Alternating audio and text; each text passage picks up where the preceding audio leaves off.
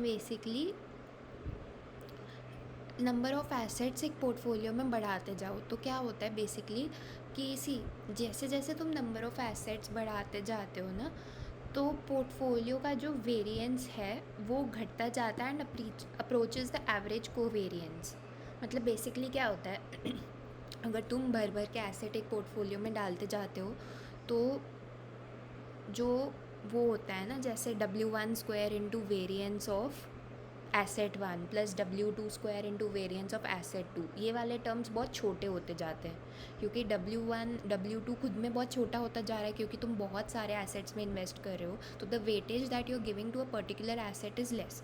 तो W1 W2 खुद में बहुत छोटे छोटे होते जाते हैं। तो अल्टीमेटली क्या होता है, जब एक बहुत बड़ा सा वेल डाइवर्सिफाइड पोर्टफोलियो तुम बनाते हो जिसमें काफ़ी एसेट्स हो, तो जो इंडिविजुअल वेरिएंसेस हैं वो मैटर नहीं कर जाती हैं। फिर वो जो variance of asset 1, variance of asset 2, variance of asset 3, वो उतना मैटर नहीं करता। व्हाट मैटर्स इज़ कोवेरिएंस वाले टर्म्स, क्योंकि कोवेरिएंस वाले टर्म्स बहुत ज़्यादा हो जाते हैं। तब हमने देखा ही था कि अगर बस हम 3 एसेट्स ले रहे थे तो 3 कोवेरिएंस वाले टर्म्स आ रहे थे, है ना। तो कोवेरिएंस वाले टर्म्स बहुत सारे हो जाते हैं तब, तो that is the term, those are the terms that matter तब। इसको प्रूव करने के कई तरीके हैं। हमें पता है 2 एसेट पोर्टफोलियो में 2 वेरिएंस 2 कोवेरिएंस टर्म्स होते हैं, 3 एसेट में 3 वेरिएंस, 3 एसेट में 3 वेरिएंस और 6 कोवेरिएंस टर्म्स है एक्चुअली। ठीक है।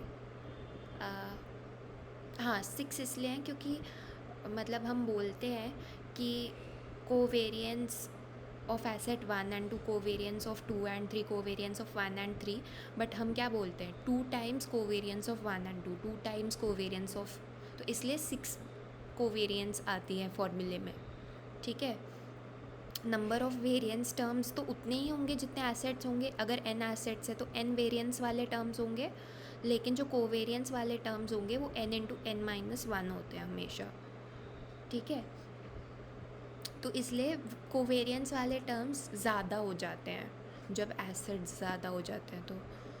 तो सपोज़ करो एक इक्वली वेटेड पोर्टफोलियो है जिसमें WI is equal to WJ is equal to 1/n। ठीक है, सबको आपने 1/n जितना वेट दिया हुआ है। पोर्टफोलियो वेरिएंस को इस केस में तुम ऐसे लिख सकते हो कि बेसिकली कुछ नहीं है, नॉर्मल फॉर्मूला लगाया हुआ है। ठीक है। सिग्मा सिग्मा 2 बार लगाना होता है इसमें, है ना, वो तो हमें पता ही है। जो वेट्स हैं हमें पता है आगे क्या आता है, WI WJ, WI की जगह 1/n, WJ की जगह 1/n, सिग्मा IJ लिख दिया। ठीक है, 1/n इंटू 1/n हो गया 1/n का स्क्वायर, ये तो ठीक है।